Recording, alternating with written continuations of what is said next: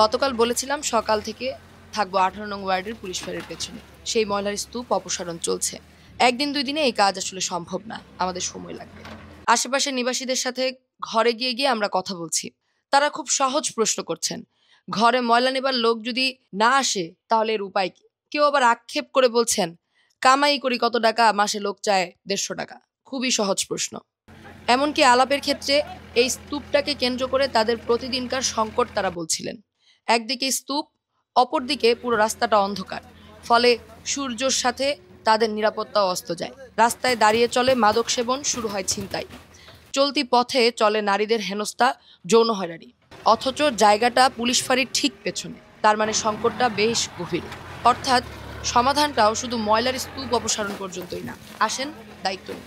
যে যেখানে আছি প্রত্যেকেই নিজের অঞ্চলকে অনিরাপদ করা এই স্তূপগুলো পরিষ্কার করে জায়গাটুকু যেন জনতার জন্য সংরক্ষিত, নিরাপদ থাকে তার ব্যবস্থা করি। অন্ধকার রাস্তাগুলোকে বদলে ফেলতে হবে।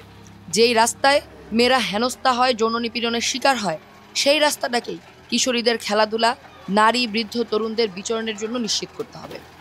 বিশেষ ব্যক্তি বা গোষ্ঠীর দখলমুক্ত রাখতে হবে। ভয় পায়েন না, কেউ বিব্রত হয়েন না। বিশ্বাস করেন জনতার পক্ষেই সম্ভব। আসেন একসাথে কাজ করি। মনে রাখবেন, জনতাই শক্তি। নারায়ণগঞ্জের নাগরিকদের ঐক্যবদ্ধতাই এই নারায়ণগঞ্জের শক্তি। সুস্থ নগর, নিরাপদ জীবন, আমরাই গর্ব আমাদের নারায়ণগঞ্জ। এটাই আমাদের লক্ষ্য। আসুন আমরা একসাথে কাজ করি।